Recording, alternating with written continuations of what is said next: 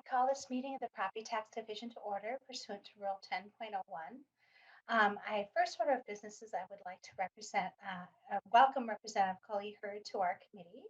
She is taking the place of the empty spot we had when Representative Greenman had to leave our committee. So welcome, Representative Hurd. The first order of business is that we're going to need to take the roll to determine who's present. The clerk, Mr. Peterson, will now take the roll. Chair Joachim. Present. Vice Chair Gomez. Representative Hertas. Hertas here. Representative Anderson. Anderson present. Representative Becker-Finn. Representative Fisher. Fisher present. Representative Green. Green here. Representative Hassan. Hassan's here. Representative Herr. Herr present. Representative Marquart. Marquart present. Representative Mortensen. Present. Representative Pulowski. Pulowski present. Representative Torkelson. Torkelson present. Vice Chair Gomez. And Representative Becker-Finn. All right. That concludes the roll. The quorum is present, Madam Chair. Thank you, Mr. Peterson. I want to take note that all the committee documents for today have been sent to members and are on the committee page on the House website. Next item on the agenda is the approval of minutes from February 3rd. Representative Fisher, have you had the chance to review the minutes? Yes, Chair Hakeem, I have reviewed the minutes from our February 3rd meeting, and I'd like to move their approval. Thank you, Representative Fisher. Does anyone have any questions about the minutes?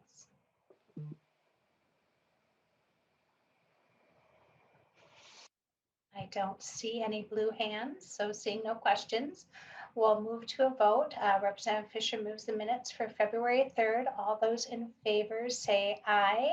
Aye. Aye. All those opposed? The motion is adopted and the motion is approved and the minutes are adopted. Okay, folks, we'll settle in here, I promise. Next item on the agenda is Ms. Schill. She's going to go over the Property Tax Division Jurisdiction Tracking Spreadsheet. And I do appreciate the format she's put it in for all of us to understand it a little bit better. So Ms. Schill, will you please proceed? Okay, Madam Chair, I've shared my screen. Can you see it? Yes, we can. Perfect. Okay, and as long as I can scroll it, life will be good. For the record, my name is Catherine Schill, fiscal staff, nonpartisan, and I'm going to do a quick review of the spreadsheet. What you see before you is a condensed version of this tracking sheet that's been posted since January 13th when we did the CARES Act review. At the top, the heading, this tracking sheet, like tracking sheets in all finance committees and taxes, reference the most recent state budget forecast, which is done twice per year in November and February, with updates commonly done at the end of session. This particular sheet shows references to the special session 7, which was last December, and we had some updates to our tracking at that time. It also shows that this is for tax aids and credits and appropriations by fund. This shows that it is a base level spreadsheet, and I'll get into that in a minute. And all numbers are in thousands. Moving to the table heading, that first blue arrow on the left, right here, note, positive numbers are program expenditures or revenue losses. Negative numbers are cost savings or revenue gains. This type of presentation is the same as tracking fiscal notes, but remember, we also use in this committee revenue estimates. This spreadsheet presentation shows a cost impact, which is the opposite of tracking revenue changes. So my job is to make sure that we have the costs reflected as accurate on this spreadsheet, regardless of the tool that we use to track changes. The columns reflect forecast projections of state resources and spending for a 6-year period. So right here, I've condensed fiscal 2021, which is our current biennium. You'll see 2 fiscal years of spending, 22-23, and this is the biennial column. And then once again, I've condensed the planning years, fiscal 24 and 25. So for easy reference, the biennial numbers are in the shaded columns. In Minnesota, we budget on a biennial basis and appropriate by fiscal year, and that's important. Also included here are change columns that compare dollar amount changes between bienniums. So this one compares 2021 and 22 differences. This column does the same, compares 24 and 25 to fiscals 22 and 23. So you can see changes in dollar amounts. Okay, let's move to expenditures by fund, the second blue arrow here. This 2-page spreadsheet is mostly general fund, but we do have a few non-general funds at the very ends, lines 99 through 111. Currently, the tracking sheet includes 47 budget activities that are administered in whole or in part by the Department of Revenue. Almost all the budget activities here have a statutory appropriation in statute rather than in session law, and also either number 1, a standing appropriation, which is the authority to spend a predetermined dollar amount. And a good example of this is LGA or other aids. Or it can be number 2, an open appropriation, the authority to spend a forecasted amount to meet a program's objective. A good example of this is anything under refunds, homeowners property tax credit. This is important because this authority to spend state resources is ongoing and independent from the passage of an appropriations bill each biennium. So when there is no tax bill, these base level appropriations will continue. Okay, so let's move on down the sheet, and I've highlighted in yellow for you 6 different categories of expenditure, including refunds, local aids, property tax credits, and then moving on to page 2, you see taconite aids and credits, local pension aids, and other aids and one-time appropriations. Line 95, the third blue arrow, is the total general fund spending for forecasted spending for each of the biennia. So if you go to fiscal 22 and 23, we have just under $4.2 billion of spending in property tax aids and credits. For the planning years, it increases to about $4.3 billion. And a few years back, line 96 reflects changes in senior deferral. That's a program where we receive reimbursements and we issue loans, and we can talk about that if you want more detail. But the tracking is in a place other than this overall aids and credits part. So I add it back in here on line 96 and then get a total for all programs in line 97. Okay, and these are the lines 99 through 111 are the other funds, including the State Conservation Fund, the net loan activity, that's the senior deferral, and then most recently, the federal funds, the Coronavirus Relief Fund that we talked about a month ago. I am going to move down a little bit more, if I can see it, to get to the table. Oh, there we go. Okay, here's the table. And what I did here is I took that $4.2 billion of spending for fiscals 22 and 23 and put them in table chart according to the categories that I just did.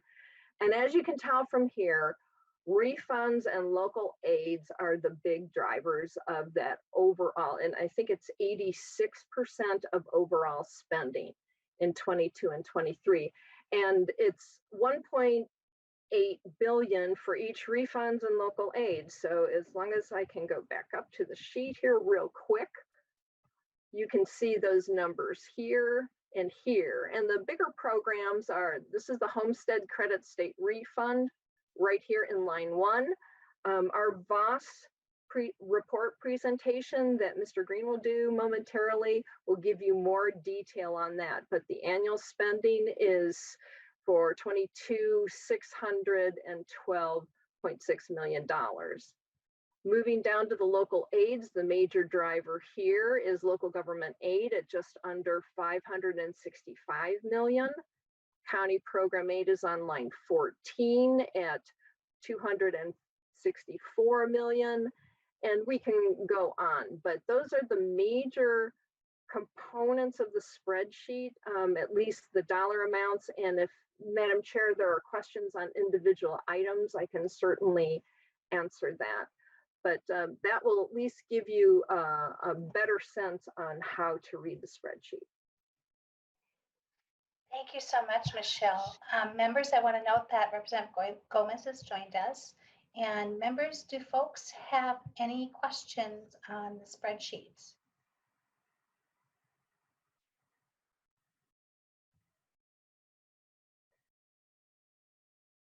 Give it a minute here. And I know if you aren't thinking of any questions right now, Michelle would be more than happy to connect with you later to answer any questions as well. So members not seeing any questions, we're going to move on. Thank you, Michelle. That was very helpful. Next, we have Mr. Green from the Department of Revenue to present the 2021 Voss report. The Voss report analyzes how Minnesota homeowners' property values and property taxes vary by region and income. We'll take any questions at the end of this presentation. So Mr. Green, could you please introduce yourself for the record and proceed with your presentation? Thank you, Madam Chair and members. My name is Nick Green. I'm the Property Tax Research Director at the Minnesota Department of Revenue. The Tax Research Group at Revenue has a number of main responsibilities, including preparing revenue estimates for legislative tax proposals, projecting future tax and expenditures for the state budget forecast, and then completing tax studies and research reports, and one of those being the Homestead Property Tax Burden Report, which I'll be providing an overview of this afternoon. So I'm going to go ahead and share my screen here, the presentation. Okay. All right. So today I'll be explaining how the homestead property tax burden is measured, provide some regional comparisons of homestead values and tax burdens from the latest report. I'll talk about the role of the property tax refund and its impacts on tax burdens, and review both historical and future trends that as they relate to homestead property tax burdens. So first, a little history of the report. The 2008 legislature passed a session law for the department to prepare and maintain data that compares household income with home market values and property tax burdens. We now have 11 years of data and reports, with the most recent being released just last month for payable year 2019. The report is commonly referred to as the Voss report, after former Representative Gordon Voss, who originally sponsored legislation in 1987, first mandating the collection of this type of data. The Voss report consolidates data for estimated market values, state paid refunds, net property tax, and homestead income to allow for basic comparisons of Minnesota homeowner income and property taxation by region and income level. There are, though, some numerous factors that affect property taxes, and these factors make true comparisons of property taxes among regions difficult. And I'll touch on some of these factors as we go throughout the presentation.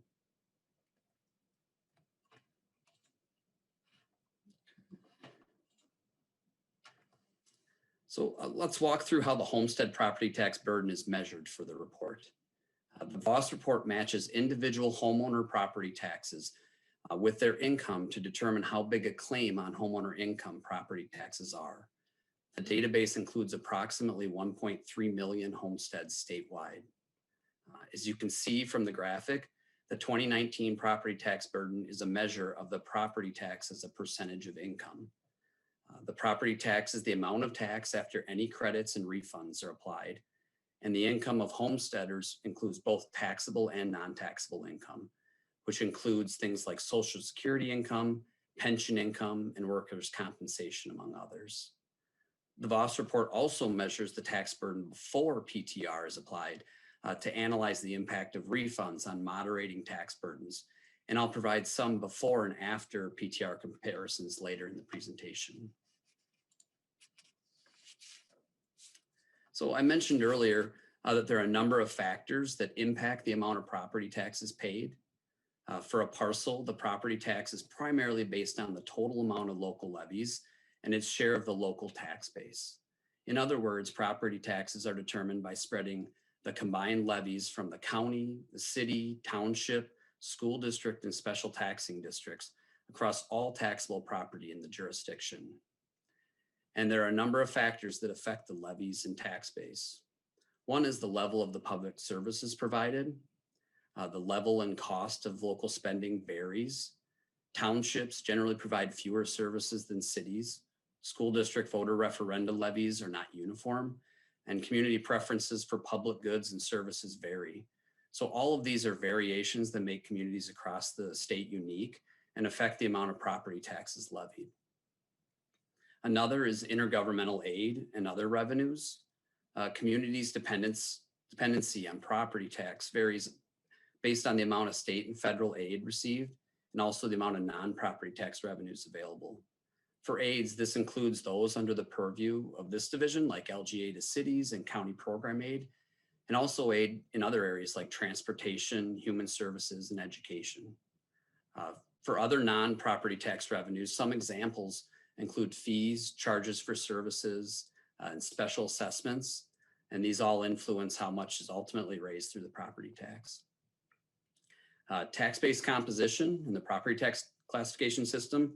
So the amount of non-homestead property in a community will impact the extent to which taxes are paid by homeowners rather than owners of other property types. Some communities have significant business property, others are agricultural based, while others are mainly residential.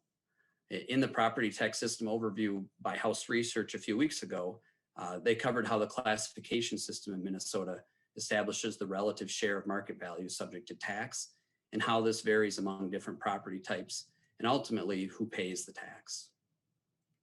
And then property tax refunds, credits, and exclusions can reduce tax liability if homesteaders qualify for various programs. And some of the upcoming data tables will demonstrate the ability of the PTR to moderate homestead tax burdens. All right, so let's take a look at some of the data from the latest report based off 2019. This first chart shows the distribution of homesteads by market value range. The bars represent the number of homesteads in each $50,000 value range. The darker blue shading you'll see there on the bottom is the number of greater Minnesota homesteads in each range, while the lighter teal colored bars represent the number of homesteads in the 7-county metro area. For 2019, the statewide median homestead value was about $217,000, which you can see would land within the group of the highest bars there in the $150,000 to $250,000 ranges. Now, the darker blue bars representing greater Minnesota are concentrated more towards the $50,000 to $250,000 ranges, and the median homestead value for greater Minnesota was about $165,000. This compares to the median homestead value in the metro region, which was about $259,000, or about 57% more than the greater Minnesota median homestead value. The Voss report uses 20 regions to analyze and compare data variables, 10 in the metro and 10 in the greater Minnesota. So there is additional level of detail in the full report, and you'll hear me kind of reference the full report for more detail as we go on here too. So this next chart shows the distribution of homesteads by net property tax range. And similar to the last chart, the bars represent the number of homesteads in each $500 tax range. You'll notice a similar pattern to the distribution of the median homestead market value chart. And this makes sense considering the property tax is an ad valorem tax and the tax is based off of the value of the home. For 2019, the statewide median homestead net property tax, median net property tax, was just over $2,200. And this is the amount after any credits or property tax refunds are applied. Again, the darker blue bars representing Minnesota indicate a median net property taxes that is lower than the statewide median, closer to $1,600 for greater Minnesota. And for the metro, the median net tax is around $2,800. You'll notice the top range there labeled more than 4,500 has the most homestead counts. And more than 80% of these are homesteads that are in the metro region. And this is kind of a function of the metro region generally having higher homestead values compared to greater Minnesota. One example kind of be Southwest Hennepin County region, the median net tax is almost $4,200. So a relatively high percentage of the homesteads in this region would be included in this top tax range of the chart. So I mentioned earlier that the Voss report uses 20 regions for analysis and comparison. The maps on this page show the 20 regions across the state and the median property tax burden for each region. And so as a reminder, the burden is measured as a property tax as a percent of income. The map on the left shows all 20 regions statewide, while the map on the right zooms in on the metro regions to give a closer view of these areas that show up smaller on the statewide map. For 2019, the statewide median property tax burden was 2.5% of income. So the brownish orange colored shading in the is lighter in regions that have a lower property tax burden and darker in the regions with a higher burden. The maps here help show that burdens vary across regions, with the median tax burdens ranging from 1.7% in the Southwest region to around 3.2% in Minneapolis. So if you remember back to the list of property tax determinants where we discussed level of services, tax-based composition, and revenue mix, all these impact relative homestead burdens. And so because of the complexity with all of these factors, the report doesn't try to identify reasons for variations between regions, only to measure the calculated tax burdens. And additional detailed data on the data distributions by regions and by income ranges are also available in the full report. All right, let's now take a look at the property tax refund and the role it plays in moderating tax burdens. This table compares the median tax burden both before and after the PTR for greater Minnesota, the metro, and statewide. For greater Minnesota, the burden before PTR we can see was 2.5%. And after applying the property tax refund, the median burden is reduced to 2.2% of income, which is an 11% reduction. Likewise, for the metro, we can see the burden before PTR is 3.3%. And after applying the PTR, the median burden is reduced to 2.8%, which is a 20% reduction. And so, and Ms. Schill mentioned the property tax refund now totals over $500 million and projected to grow over $600 million in the coming years, which makes it a significant source of direct tax relief for homesteads across the state. So let's look at a similar table, kind of a before and after PTR now, but this time by income range. So as a percent of income, this table shows that burdens are higher for lower income homesteads. And this is to be expected since the property tax is a tax on value and not a tax on income. The PTR program, which is income-based, has a much stronger moderating effect on lower income homesteads burdens. We can see in the $10,000 to $30,000 income range, the median burden before PTR is 7.5%. And after applying the PTR, the burden is reduced to 3.5%, which is more than a 50% reduction in the burden. At higher income ranges, the impact of the PTR is less since the program phases out as income increases. So targeting those homeowners that are least able to pay makes the PTR quite effective in making the property tax less regressive. The property tax refund is especially effective at reducing the incidence of high homeowner tax burdens. So the two maps on this page show the percentage of homesteads with a property tax burden above 5% of income, with the map on the left showing the percentage above 5% before PTR, and the map on the right shows the percentage of homesteads above 5% of income after PTR is applied. So statewide, just over 20% of homesteads had a property tax burden above 5% of income before PTR. And then after the PTR is applied, that percentage drops to 8.8% of homesteads with a burden above 5% of income. So, and there are tables near the end of the Voss report, the full Voss report, that provide more detail on the counts and share of homesteads by income range and kind of the moderating effect of the PTR on the homestead property tax burdens.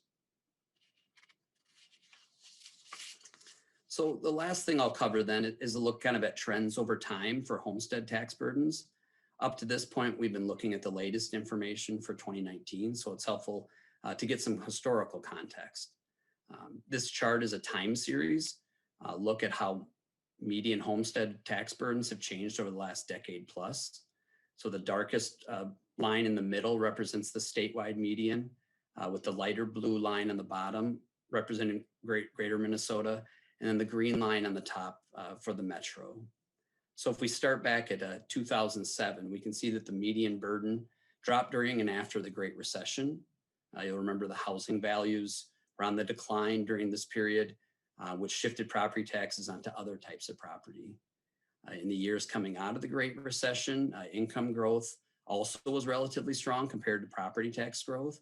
So property taxes were consuming a smaller share of income that led to lower median homestead tax burdens. After 2015, we can see the median homestead tax burdens increasing, mainly due to home prices recovering and increasing in value faster than income growth, combined with higher growth in property tax levies that were seen during the years following the recession. Homestead property tax burdens increased the last half of the decade. So, and now in 2019, we can see that the most recent data, that property taxes still consume less homeowner income than they did over 10 years ago in 2007. And we can also see that the difference between the median burden in the metro and greater Minnesota has shrunk over the last decade. In 2007, the difference between the metro and greater Minnesota burdens was about 27%. And now in 2019, it's now 19%. And so looking beyond 19, there are a few trends that could impact homestead property tax burdens in the future. One, stronger home value growth has continued since 2019, with lower inventories of homes for sale, pushing up median sales prices. And with strong price growth, the value growth tends to shift additional property taxes onto homesteads and away from other property types with slower value growth in homes. Agricultural values, after double-digit growth in land values during the first half of the last decade, followed by annual decreases then in the second half, agricultural property values seem to be stabilizing.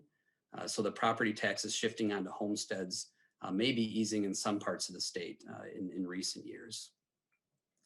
And then obviously the impact of the pandemic and recovery will likely have varying impacts on homestead tax burdens going forward. Like other things, there are many unknowns. Home sales remain strong, inventories are low, and construction of single-family homes are still rising.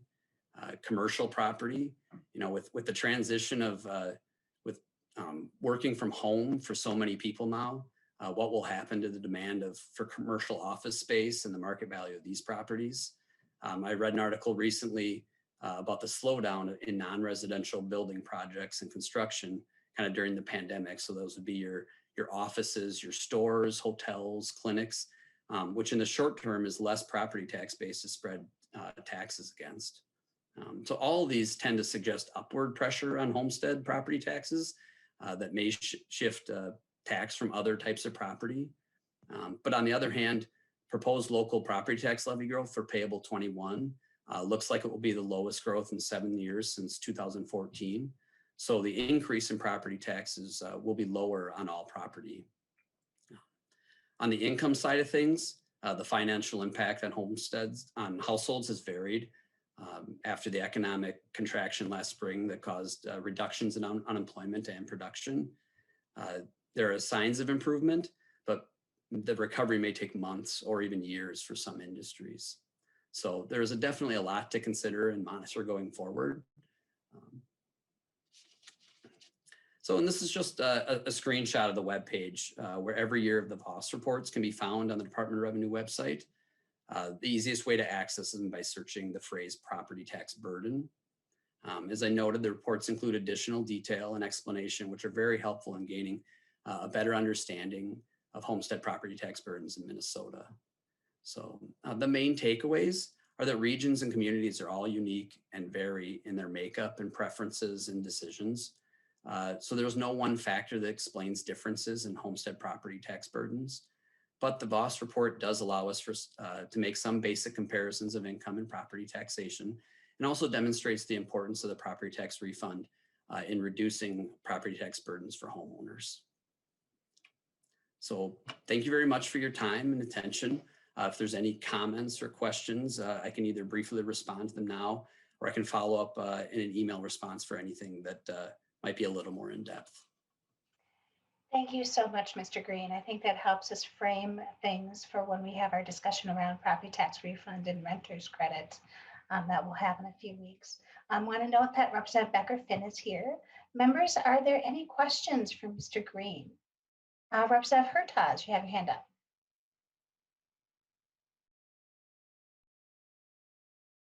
Go ahead, Representative Hertauz. I think you're on mute.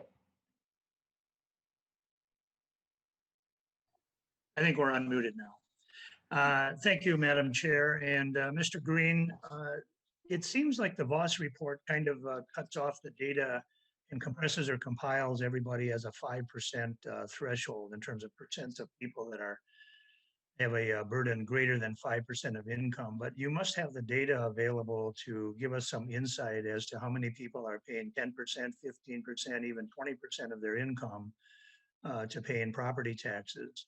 I get quite a bit of emails from constituents in my district, Western Hennepin County, where the property taxes seem to be among the highest in past Voss reports, certainly indicated that.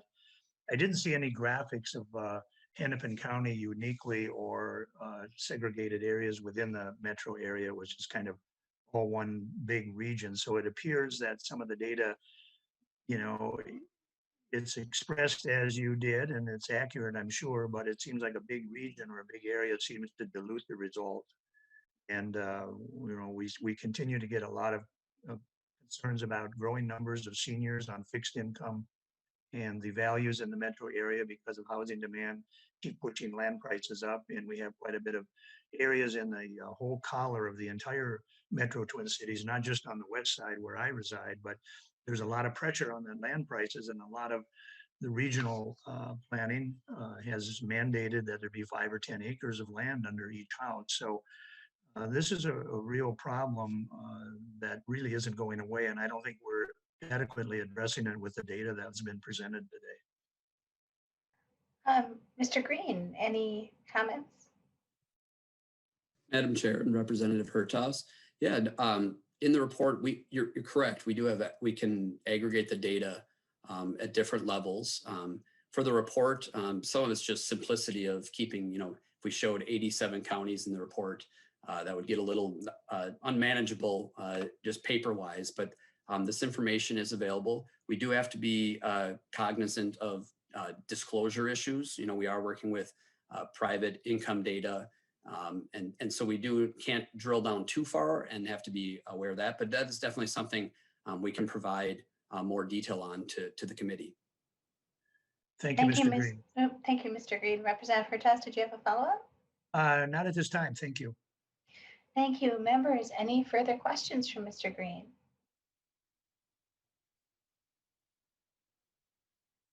Seeing none, next we are going to go to Ms. Hagler, who's going to give an overview of trade-offs in local sales tax, general law, and look at the recent history of changes around the law. So Ms. Hagler, do you want to go ahead and introduce yourself for the record, and please proceed?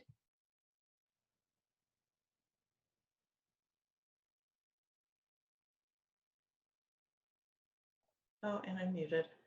Thank you, Madam Chair.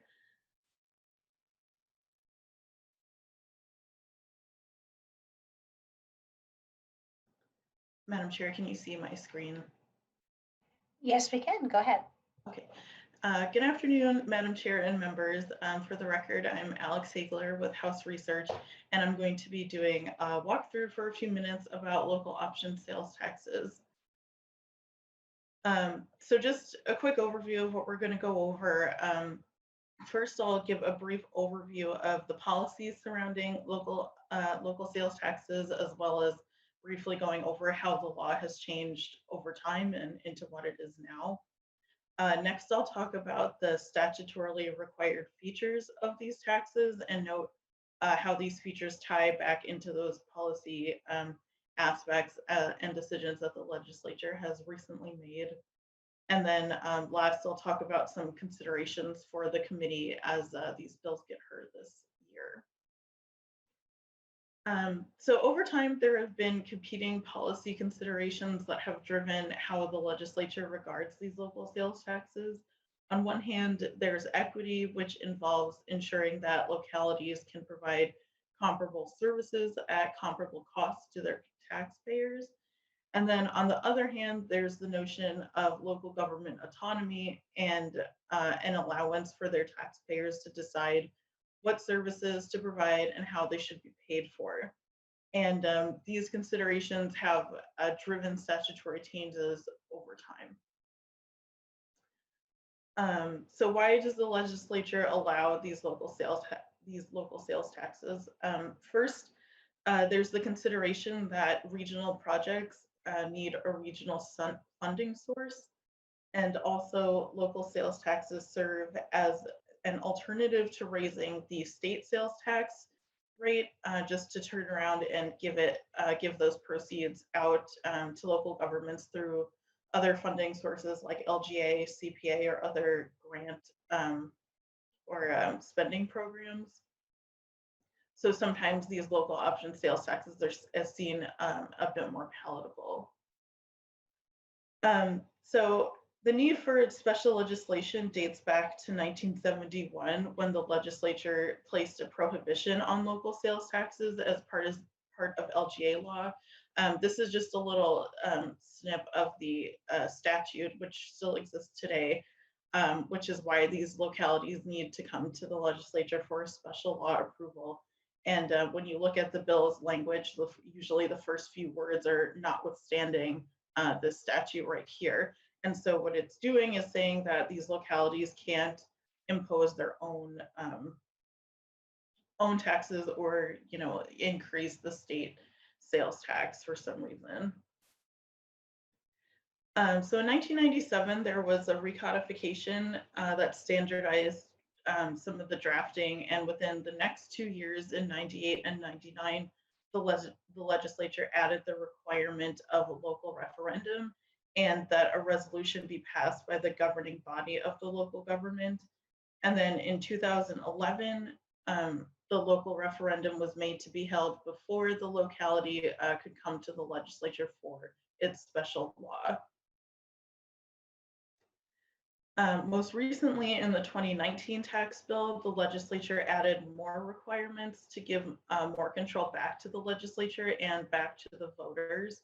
And in that year, the legislature heard a record number of bills after a record number of local referenda passed.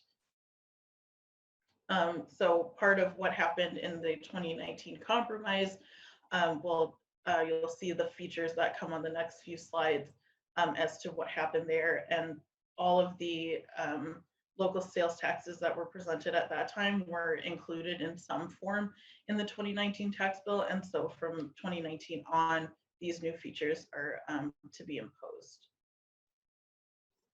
So features that increase legislative control of the 2019 requirements. First, the referendum requirement was switched back from what it did in 2011, so that the localities need to come to the legislature for approval before doing the referendum and going to the voters, which allows for more legislative vetting of the projects and how they're funded. It requires that the localities submit their past resolutions to the House and Senate tax chairs by January 31 of the year in which they're seeking to impose the tax. And these resolutions have to enumerate all of the projects to be funded by the tax and limits the localities to 5 total projects. And then there's also the requirement that the locality submit documentation as to how the proposed project is regionally significant. Some features that increase voter information and control. The 2019 law requires that each project be listed as a separate question at the referendum, along with the amount to be raised for each one. This way, voters can vote on each project separately. Similarly, the law restricts the locality's ability to spend money to spread awareness of the project and the referendum only if each project and its cost is listed separately on the resolution. And if one or more project is voted down by the voters, the maximum amount of money a locality can raise is reduced by the amount attributable to that project. So for example, if a city wanted to impose had 5 projects on the ballot, but only 2 of them passed, then they could go ahead with those 2, and the 3 would just kind of go away. So this graph shows the number of special laws that have passed that have passed in recent years that either enact or extend an existing local sales tax over the years. And as you can see, the number has grown pretty significantly over the past few years, with the number more than doubling from 2014 to 2015, or excuse me, 2014 to 2019. But just to note that there were a few years in between there where there was no tax bill in 2015, 2016, and 2018. So a lot of that could have been attributable to some buildup there. So some things for you all to consider this session. There were no special laws passed last session during regular session or any of the special sessions. And so this year there were 18 cities and 2 counties that submitted local resolutions by that January 31 deadline. And some of them are attributable to carryovers from the last year when none were enacted. And then there's also the consideration as to what constitutes a regionally significant project.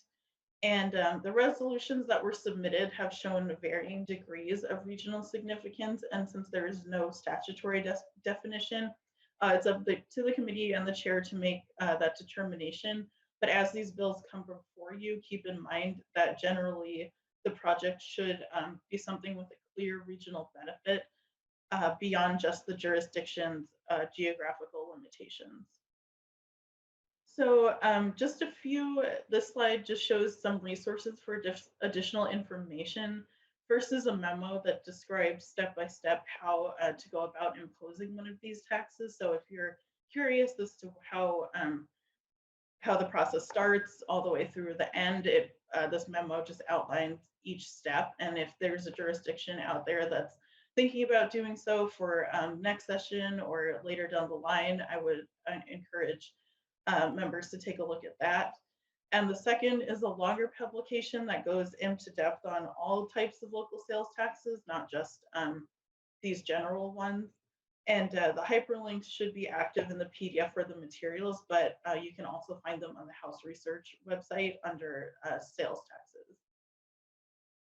And that, Madam Chair, concludes the overview, and I can answer any questions if there's time. Thank you, Ms. Hagler. That history was very helpful for our consideration of the bills that are going to come before us very soon. I think we'll save questions for a little bit yet. Members, I also included in the materials the local sales tax memo that I distributed a few weeks ago. And in that memo, I wanted you to start thinking about some input on how we should think about terms like regional benefit, and if there are projects that generally do or do not meet that threshold. And would like to have a little bit of that discussion here in a few minutes. But first, I've asked some of the city groups to testify today on the general law and give any reaction they may have to the memo on the local sales tax. Before we move to that, I also wanted to say that I am going to be asking cities when they present also to talk about their levy burden that they have and maybe the last 5 years of their levies, just so we have that in context when we're looking at the material.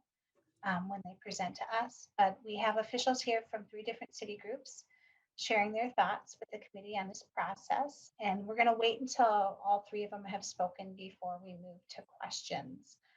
First up is going to be Mr. Carlson. Mr. Carlson, please introduce yourself and proceed with your testimony. Thank you, Madam Chair, and thank you, members. Can you hear me okay? Yes, we can. Okay, thank you. And again, thanks for giving me the opportunity to work or to share some thoughts about the local sales taxes. Let me say one thing at the outset, that I do not, as an organization representative, get involved in lobbying individual sales tax bills, but I have a lot of legislators and city officials that ask me a lot about the process. And so I feel like over the years, I have developed some knowledge of how the process works. So if I could share those thoughts with you today, some of these are my own thoughts and some are my thoughts as a lobbyist. But again, I don't lobby for specific local sales tax bills.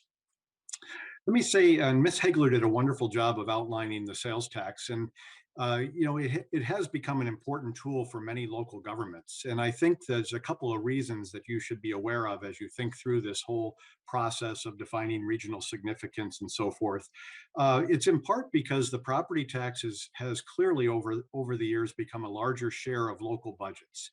And that's in part due to the fact that just this last year, we finally got to the LGA funding level of 2002 again. So LGA has diminished, property taxes have increased, and frankly, city officials, when they talk to me, they're looking at projects, local projects, trying to figure out the most efficient and effective way to finance those projects, especially if there is a spillover benefit that extends beyond the boundaries of that community. And a spillover benefit is somebody that's coming in to use the facility, like a library or a civic center, or maybe even an ice arena, as the kind of traditional types of projects that have been considered regionally significant. Also, city officials are looking at projects, I guess, well, I should say, quite frankly, that with more approvals of local sales taxes, more cities are looking at the sales tax as a possible funding source and looking at it very critically. And I think Ms. Hegler was right that some of the increase we've seen in recent years was due to the fact that we did not have tax bills enacted. But I think there just generally is a greater share of cities now that are looking at this as a possible funding source because of the aforementioned property tax increases. So even before we added the formal significance test in law in 2019, there frankly was already a regional significance test, unwritten, but it was always discussed in the tax committees as legislators evaluated the proposals. I remember one of the first ones that I worked on, or I was privy to back in, I think it was even in the late 80s or early 90s. It was for the city of Willmar, where they were asking for a sales tax for a library. And they came in with wonderful information that I think it was in excess of 40 or 50% of their library usage in Willmar was from the greater Candy-Ojai County area. And they could track that because they had addresses for people with library cards. So they clearly demonstrated that they were providing a service to a much broader area. And so that was a good example of how they demonstrated their regional significance. But that was done without any formal test in law, but legislators understood and gravitated toward that. I would say one other factor I think has contributed to the interest in local sales taxes, and this is not to impugn my county brethren, but back in, I think, 2008, the legislature granted counties the ability to impose up to a half-cent sales tax for transportation-related projects. And their imposition of that tax does not even require a referendum or, frankly, legislative approval. They can do that basically with a county board, and I think that, or county board action. And I think that that also generated some additional interest in things like infrastructure and other uses that might be deemed to be regionally significant. This year, I think Ms. Hegler already indicated that there are 20 proposals that have been offered. And if I could just share a couple of observations about regional significance. I mentioned the Willmar Library example as a good example. I think that that is something that you're going to have to struggle with if you want to try to define regional significance more precisely. the challenge, frankly, is that what may be regionally significant in one area of the state may not be a regionally significant facility in another. I already mentioned the Wilmer Library. You might have a library in a metro city that is largely just a local library used by citizens within a smaller geographic area. And so those two same projects might not necessarily meet the regional significance test. So, and maybe the flip side of that is you might have a park in a metro area, city or suburb that is used heavily by people that don't live there, but that in fact frequent the city because of its facilities. So those are really very challenging issues to define. If I just quickly move to the equity issue, your memo highlights that, and that very truly is something to consider. We have communities with very little retail sales tax base and others with very, very strong retail sales tax base. So there is an equity issue that needs to be explored, but I will suggest as well, though, that retail sales and retail establishments, in fact, don't have any population, but do generate some demand for public services, additional police officers or police calls and so forth. So equity is an issue, but you should also consider that there are countervailing issues along with that, that cities that have a lot of retail sales tax base may in fact have higher burdens that they have to fund in terms of public safety, traffic, and so forth. And then finally, Madam Chair, I know I'm gone long here, but I would like to comment on your safe harbor projects portion of that memo. Because that is closely mirroring a bill that in fact you introduced on my behalf or the League's behalf last biennium to try to define some projects that might generally be considered regionally significant and that could maybe avoid going through the entire process of evaluation by the legislature. And I encourage you to think about that. That may be a way to define projects, allow those projects to be funded with a sales tax, and maybe not have to give those projects as much scrutiny, or maybe even any scrutiny if you decide to make those purely acceptable under state statute. And then if I could just mention three brief things that have come up this year with the local sales tax proposals. One is I had a city ask about the election requirement. It talks about a general election requirement. And the question arises as to, is a general election any November election or the city's general election? So if a city holds elections in an even year, getting approval in 2021 would mean that they could not hold the election or the referendum until a year from this November. So that's one thing we might want to clarify in law. Number two, the January 31st deadline, this has just come up in the last day or so, is a city that submitted a proposal last year.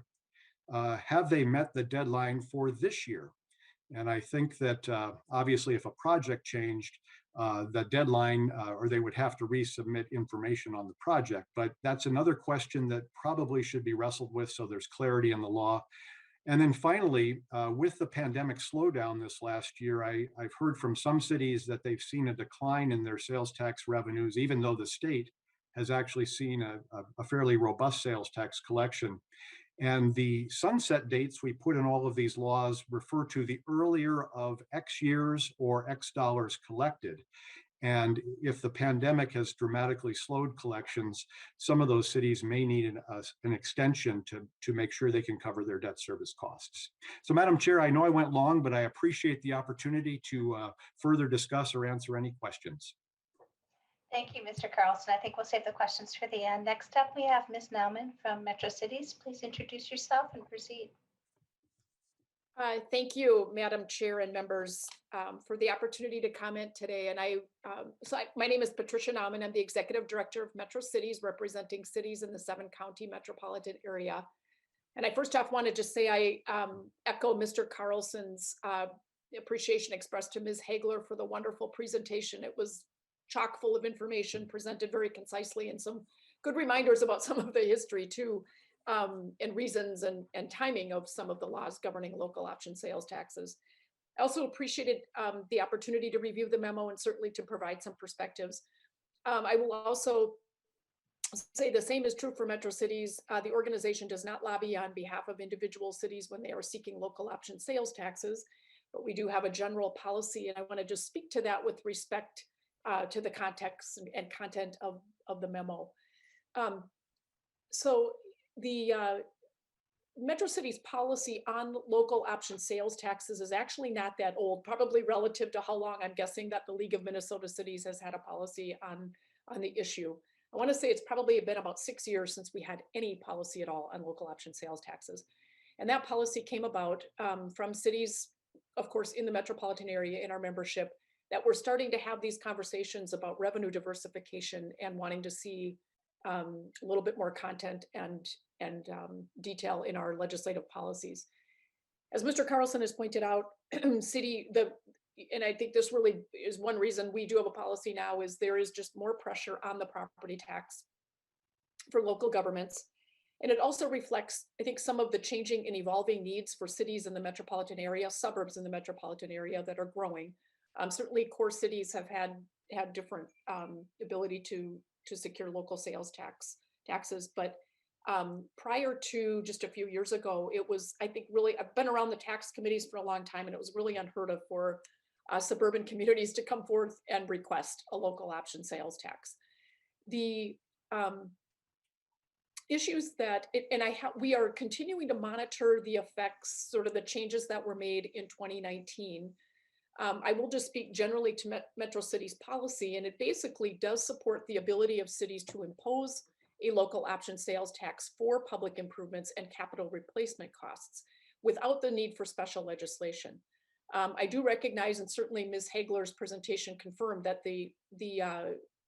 requiring that cities come to the legislature for special approval is certainly a longstanding tradition in Minnesota, and I recognize that. But part of the policy does support, again, the ability of cities to impose local option sales taxes. And I want to just also recognize that with the changes in the 2019 law, which we did not weigh in on specifically, but I have gotten some feedback from cities since the changes in those laws, and I just want to offer that for your consideration today. Cities do support, the cities that I've spoken to, and certainly Metro Cities as an association does support having transparency for voters and citizens in any imposition of local option sales taxes. So the changes that increase the transparency are fine. I think it's important to make sure that there's a high degree of transparency. The reversal in the law that requires a city to go to the legislature prior to adopting a local referendum rather than having the city adopt its referendum first is something that I've gotten some feedback on, that there is some concern about that. And maybe it's just, I would say maybe it's less, one word I think I'd put on it is maybe it strikes some local officials as awkward, that they want to be able to get their local approvals first before approaching the legislature for that broad formal authority to approve the tax. So that's just a little feedback on that. With respect to regional significance, and I know that this has been an ongoing discussion, and I think Mr. Carlson said it well, that that even without the definition in law, it certainly has been part of the debate on any requests for local option sales taxes. And I would just offer this, and it's probably going to sound, I don't want to say wishy-washy, but I think cities would appreciate some clarity in what constitutes regional significance. There is a lot of subjectivity, of course, provided, because even though there is a definition in the law, it isn't fully fleshed out in terms of what that means. And I know that legislators have to struggle with that. We do appreciate, I think the fact that there is some subjectivity probably is a good thing. I think what we'd say is just perhaps consider having some consistency in standards that are practical, that are logical, that make sense, that sort of look at regional benefit using some sort of historical practices. And I think that also means recognizing and really getting into the nuances of the local requests to recognize that what may constitute a regional, an improvement locally that has regional benefit may differ from city to city, even if it's the same type of project, and that really needs to be looked at closely. So any kind of clarity that could be provided there would be useful, and we certainly would appreciate the opportunity to work with you going forward to provide local official input as you further weigh those questions. Thank you, Madam Chair and members. I will be happy to answer any questions. Thank you, Ms. Nauman. Next up, we have Mr. Peterson from the Coalition of Greater Minnesota Cities. Please introduce yourself for the record and proceed. Thank you, Madam Chair. Again, my name is Bradley Peterson. I'm with the firm of Flaherty and Hood, and we represent the Coalition of Greater Minnesota Cities. I do want to make sure that the committee understands that while the CGMC itself does not lobby on behalf of any particular sales taxes, sometimes cities will hire our firm to work on specific sales tax proposals, and we are working on a couple of them this year. So I want to make sure that that's clear and out there. So first off, Madam Chair, I do appreciate the opportunity here to take some time to have this discussion. I think it's important for the committee to weigh these things, and I think it's important for the cities that are looking to come forward to hear your discussion. And so I appreciate that. I think I would largely agree with just about everything that Mr. Carlson and Ms. Nauman said about regionality, and so I don't necessarily need to belabor those points other than to say that, you know, each situation should be weighed in its own merits and its own context. The one other thing that I would add to regionality, though, is that I think the analysis needs to extend to those situations where visitors from outside the jurisdiction are placing some burden on city infrastructure that is beyond the reasonable capacity of the city's taxpayers to pay for themselves. In other words, folks from outside the city may already be utilizing city infrastructure to such an extent that they should share the cost of its update and burden. And so in some ways, that's almost a reverse of the spillover effect. It's what are the pressures being put on a city by the folks who are coming from the outside. A few thoughts on projects, and we haven't spent much time yet talking about that. You know, I think the legislature really will need to contend with its history and some of its past decisions. From my perspective, your thinking should start with whether the type of project has been considered a capital project in the past for purposes of both sales tax and also state bonding. If it has, then I think the legislature would be hard pressed to explain to local officials and the public why it wouldn't continue to be. And if there are things that have typically been considered capital projects in the past that for whatever reason the legislature now feels is inappropriate for a local option sales tax, then those things should be enumerated in statute rather than being an unwritten rule or preference of the committee that may change depending on the committee's makeup. So in conclusion here, while I don't know that I've been able to give you much in terms of specific ideas to guide your thinking, hopefully I've given you some things to think about. Each sales tax proposal should be evaluated on its own merits within its own context. This means the legislature may have to make what appear to be subjective calls, even close calls. And that is what you're called upon to do. To the extent that your guidelines or the statutes become so prescriptive that they lack flexibility, then you may want to, as Mr. Carlson said, look to an option where you're allowing some cities in some circumstances to bypass the legislative process and go right to the folks, the people. To the extent that your decision-making is informed by pragmatism, consistency with past practice and current law, logic, and passes the smell test of common sense, local governments will have a better understanding of what is expected of them and will be able to have confidence in the work of the legislature. With that, I'm finished. Thank you, Mr. Peterson, that you all have given us stuff to think about. Once again, when the cities and counties present their projects or proposals in division coming up, but be helpful if they were ready to answer what property tax rates are like in their jurisdiction, their overall levy, and the average change in their levy over the last few years. But with that, members, my hope is for us to get done by 4:25, and we have Representative Marquart's bill. But I would like to entertain a few quick thoughts from folks or see if anybody has questions for any of the testifiers before we move on. And I see Representative Marquart, you have your hand up.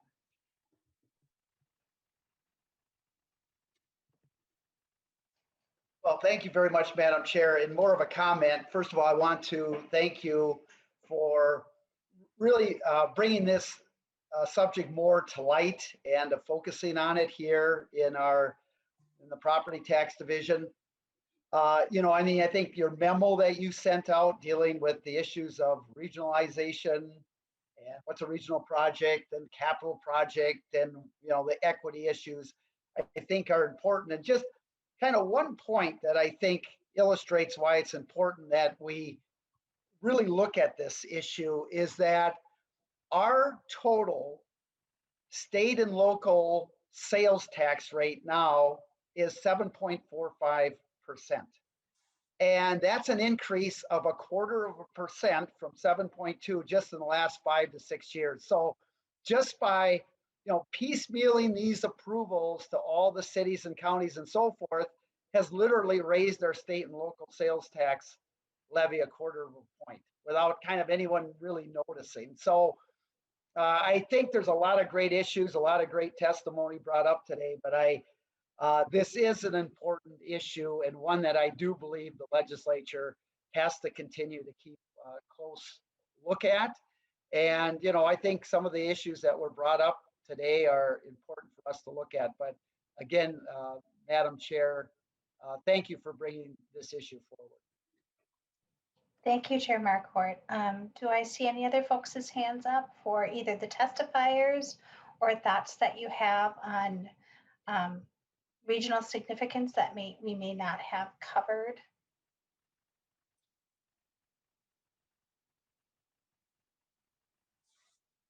Or maybe everybody's just deep in thought.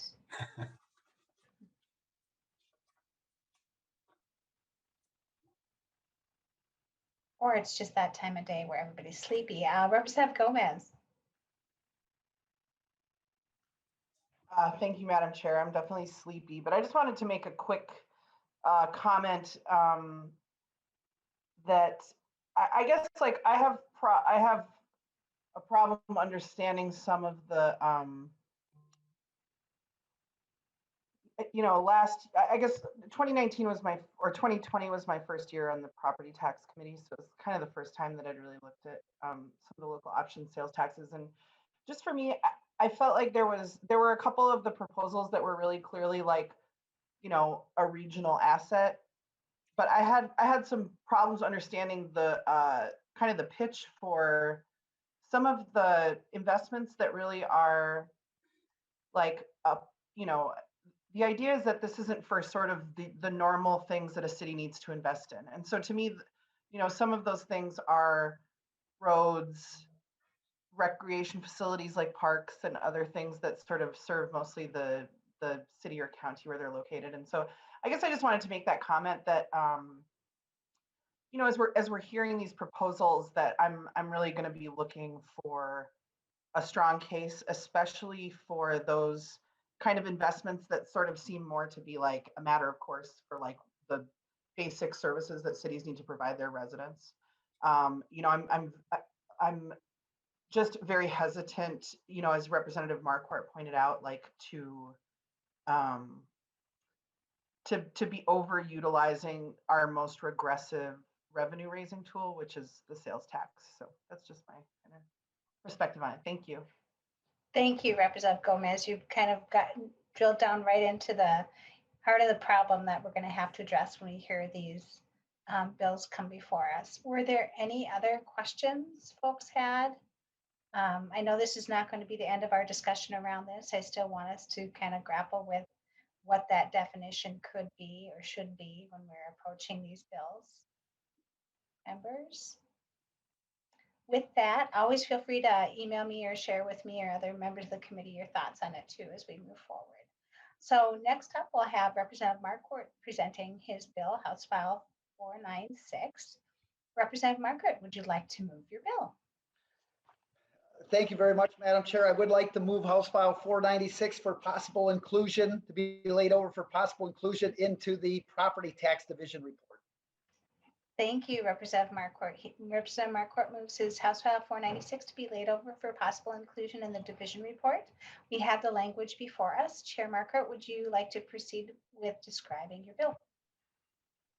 Thank you very much, Madam Chair. And, continuing with the goal of trying to make our tax system, property tax system, more accountable and more transparent to property taxpayers, this is an effort to really enhance the truth in taxation process, which began actually back in 1990.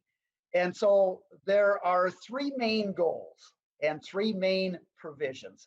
And the three main goals that House File 496 tries to accomplish is, number one, is to allow citizens to have genuine input into the budget and levy planning process on the front end of the process rather than the back end of the process. The second goal is to give residents more information regarding the proposed budget and levy. And then the third major goal is to provide a predictable, consistent day, one day, a Minnesota Property Taxpayers Day, where they can go in and talk about the levy. It's what you would call the TNT meeting right now. So how does the bill do that? There's three main ways. First of all, it establishes a Citizens Property Tax Advisory Committee where the city and the county would have to come up with, try to enlist 9 residents to be part of that committee. And they would get in on the front end when the city or the county starts to propose the budget in the spring or the summer of the year. By the way, this bill involves cities and county, cities 500 population or more, and all school districts in all counties. This Citizens Advisory Committee does not apply to school boards because they're already required to do this under the world's best workforce.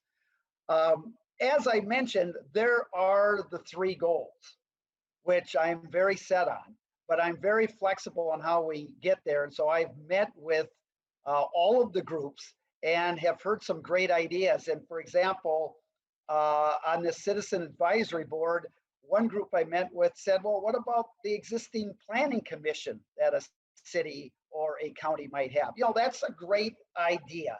So I'm open, but that it sets up the Citizens Committee because we know the budget is always by December pretty much cut and dried, and there isn't much input. This would actually allow public input where, you know, the fire department and the street department, the police department would come forward and say, here's what we're looking at, and have people that would provide recommendations on that. The second piece would add information on that notice of your proposed property taxes that go out between November 10th and November 24th. It would be information that cities and counties right now provide to the state auditor. It would be the very same format. And instead of providing that information to the state auditor in November, December, it would have to be before September. But you could look at the current revenue budget and the current expenditure budget, and then compare it with the proposed one, and then the increase. And that would be on a separate sheet of paper that would now come with your property tax statement. And the third major change in the bill would set the first Wednesday after the first Monday in December as Minnesota Property Taxpayer Day. And it's set up so that counties would meet at 6, cities at 7, school districts at 8. They would have to allow this meeting to be attended virtually or in person. And the reason I say that is I've got my proposed property tax statement right here that came out. And for my city and my school, that meeting date was December 14th at 6 p.m. Both the city and the school board, very same day, very same time. And so those are the 3 goals. I know there's a number of testifiers here, but here's what I want to say. I think everyone agrees that we need to make the system so more people get involved and they feel they have genuine input. And you do that by making the system simpler, providing more information, and making it easier for people to plan a day. And I could see the media saying, hey, this is the day, Minnesota Property Taxpayers Day, and it would put a focus. And if people wanted to attend, you'd be able to attend all those meetings. So again, I'm set in my goals, but as I've told the groups of the testifiers that are going to testify, I'm very flexible on how we get there. And I've heard a lot of great ideas, but we're going to have, I think, Madam Chair, you're going to want this bill to be put together for sure towards the first week in March. And so I'm willing to work with anybody and everyone prior to that time in getting this done, but we need to get it done. Over $10 billion of property tax are paid by taxpayers around the state. That's only next to the income tax.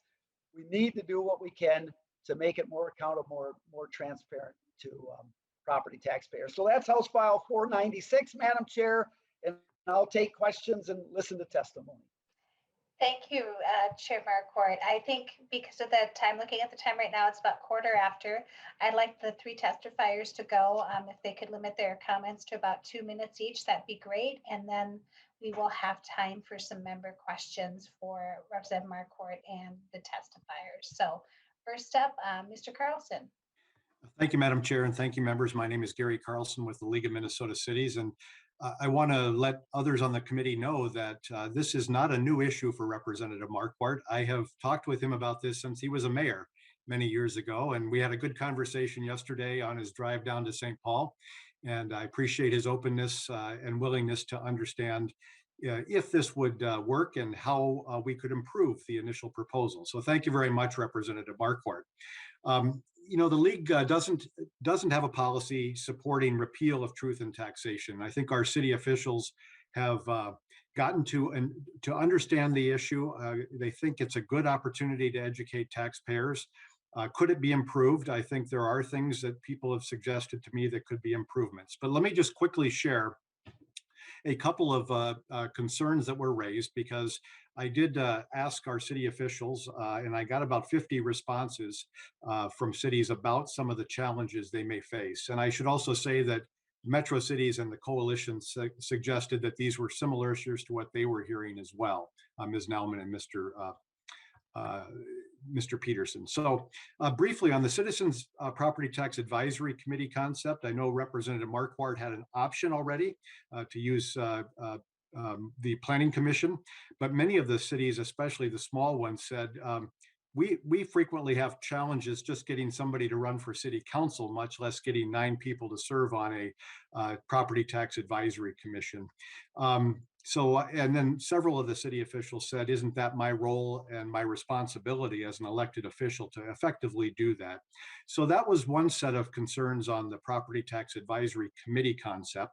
We'll continue to look for options that may involve more citizens, Representative Marquart. On the additional information, you know, one of the themes that I heard were that many cities have developed specific information that is asked for by their taxpayers. And some of it is contained in what Representative Marquart's bill suggests. Some of it is not. Some of the cities do other things that their taxpayers are very familiar with. So prescribing without any sort of, I guess, ability to deviate from that might be problematic, because cities would have to jettison historical information or other information that their citizens have come to understand and expect. And there were some questions raised about the cost of the project or the process.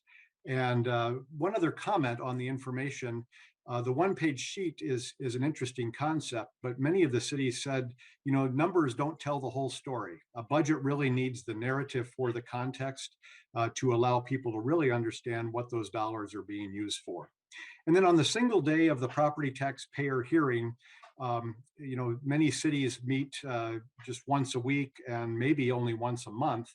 And many of the smaller cities said that they don't have Wednesday council meetings. And so this would be another night to ask their council members to participate. And an interesting one that I hadn't thought of, many smaller cities share staff, and they would be in the tough position of having to figure out how to staff the hearing in 2 separate cities that they might work for. So some of the efficiencies our cities have found could actually make it a little more difficult to actually conduct that hearing on that single night. And then the issue was also raised about technology for holding remote hearings. I know that many cities were able to employ additional online meeting technology, especially with the CRF funds they received. But some cities still don't have that technology, and that's something we would have to consider. And then one additional comment, one city, you know, I guess would I say emphasized that they have previously held joint meetings with their city or with their county and with their school district. Obviously, that would be difficult for a county to do that with every city within a county, but they found that to be a very successful, efficient way to educate taxpayers. So, Madam Chair, with that, I told Representative Marquart yesterday that with every comment I got, I also submitted a request for ideas from our cities about what could work better or what in their city works really, really well. And I plan on sharing those with Representative Marquart, and perhaps we can use some of those good ideas that cities are using right now to make this bill work even more efficiently. So I would stand for any questions. Thank you, Mr. Carlson. Ms. Dietrich.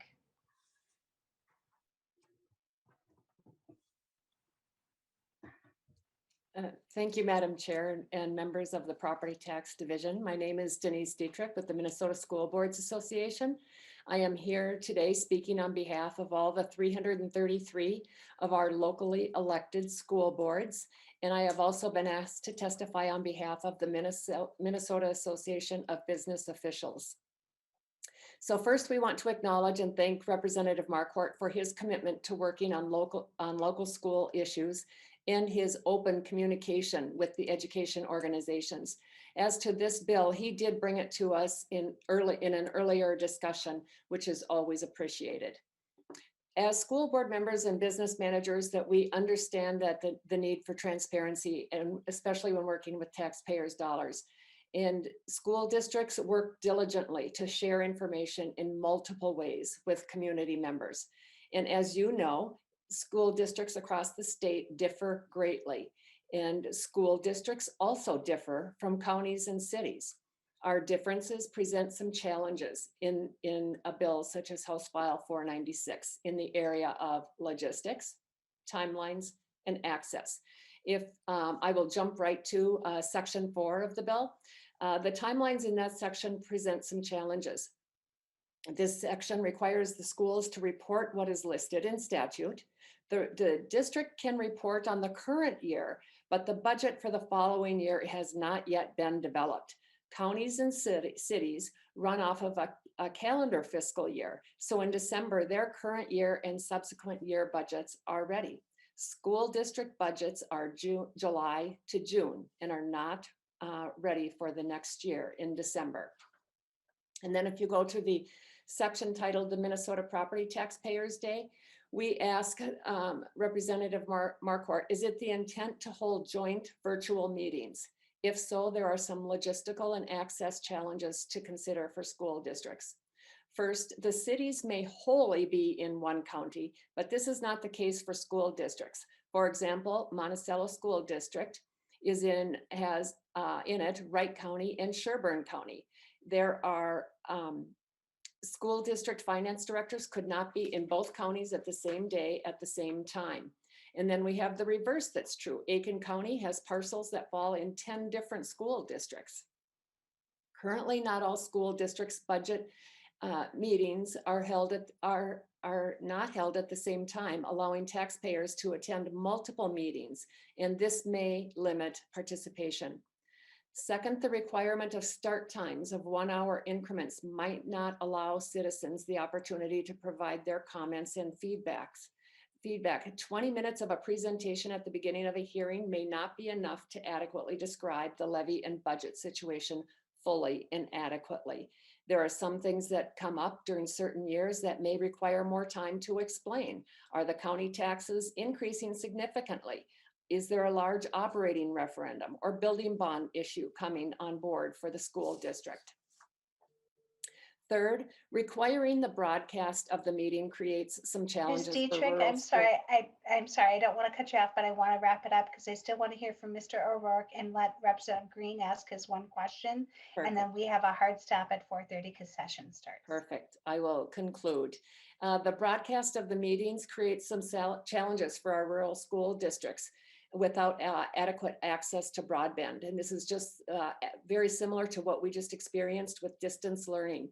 And so in closure, we want to point out that school boards have purposely developed multiple avenues to create taxpayer transparency in our districts. And we will seek to be as transparent as possible with our stakeholders in the future. And so we want to continue to work with Representative Marquart to achieve that transparency in his bill. Thank you. Thank you, Ms. Dietrich. Mr. O'Rourke. Thank you, Madam Chair and members. My name is Cap O'Rourke on behalf of Minnesota Small Cities. I will be quick.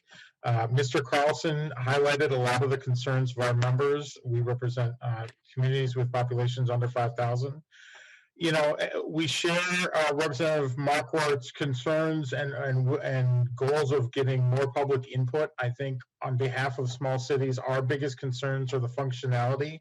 Having a 9-member board, which is twice as big as many of our councils, and sometimes we often struggle to get people to run for council, and getting him to become a member of this could also be difficult.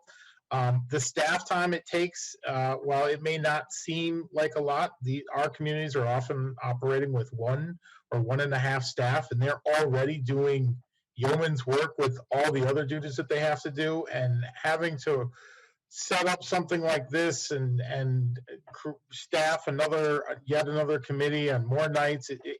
That's the biggest feedback we got from our members is how much, what is going to be, you know, we are all for increasing the public into the process, but we think there should be more incentives rather than mandates as we move forward. But we will continue to work. I had a conversation with Chair Marquart, and we will continue to work with him to find solutions and find opportunities to get more public into the budgeting process of their communities.